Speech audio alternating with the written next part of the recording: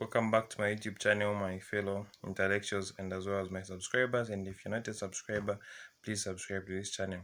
So we're going to go on just as we have been doing, answering questions. So if you want your question to be answered, you can send it to the WhatsApp number 0978957975. And remember, no calls. You just send the picture form of the question, just like your fellow has done it, and I'll be able to go about it and make a video. So we go to question 1A of the one that I was sent. I believe it was question 1. I don't know if it's a past paper or a tutorial sheet. So it reads, suppose the displacement of an object is related to the time.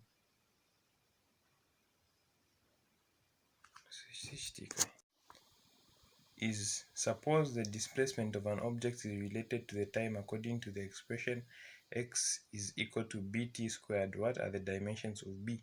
So I've been given x equal to bt squared. So I'm sure you're familiar with dimension analysis, so you can use it in this question. And if you're not acquainted with the topic, you can definitely do a review and then get back to this question, because all I'm doing is answering the question and not going through the basic concepts starting from A to Z. So we go on. X has the dimensions of length. B, we don't know the dimensions, but then we know the dimensions of t, that's the dimensions of time, squared. So now we make b the subject of the formula by dividing both sides by t squared over t squared. Then this t and this t cancel, so we have the dimensions of b being equal to the dimensions of length, over the dimensions of time squared. So now you can even say b is equal to the dimensions of length times the dimensions of time, but then because you've taken what was in the denominator rather to the numerator, so the power must now be negative. So that's that, and you've shown the dimensions of b. And if you are told to find the units would be meters per second squared, or meters second inverse of 2. So that's meters to the power negative 2. So then we quickly go to b. So b, a displacement is related to the time as x is equal to a sine 2 pi ft, where a is a constant, t is the time, and f is the frequency. Find the dimensions of a. Hint: a trigonometric function appearing in the equation must be dimensionless. So now we're being told x is equal to a sine 2 pi ft. So now we're being told to say what's in here must be dimensionless.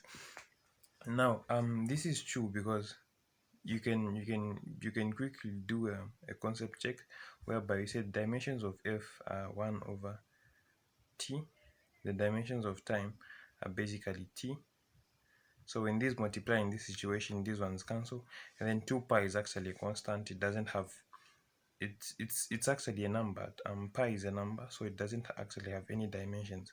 So now here we are definitely told, and we are definitely now assured of the fact that what's in here is dimensionless, because frequency is 1 over time. That's 1 over time. That's how you find the frequency, 1 over period, and then the dimensions come back to this one. The units for frequency are second inverse or just hertz, which is the same as second inverse.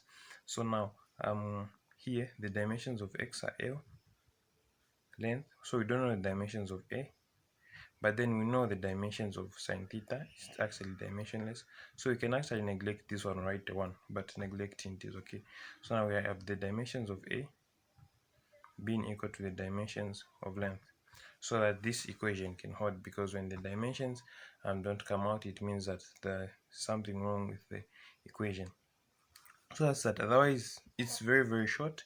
You can lengthen the formula, of course. You can try to show a working whereby maybe at this point you say the dimensions of length are equal to the dimensions of a sine square sine 2 pi ft, the dimensions of whatever this one is. Then you isolate a by dividing both sides by sine 2 ft over sine 2 pi ft.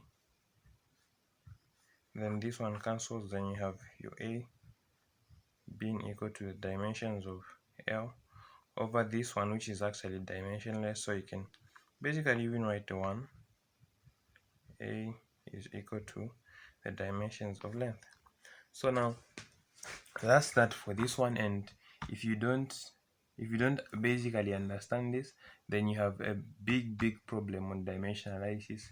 You can go and revisit the topic, or you can request for a video on dimension analysis in the comments below. So that's that for now. Goodbye and God bless.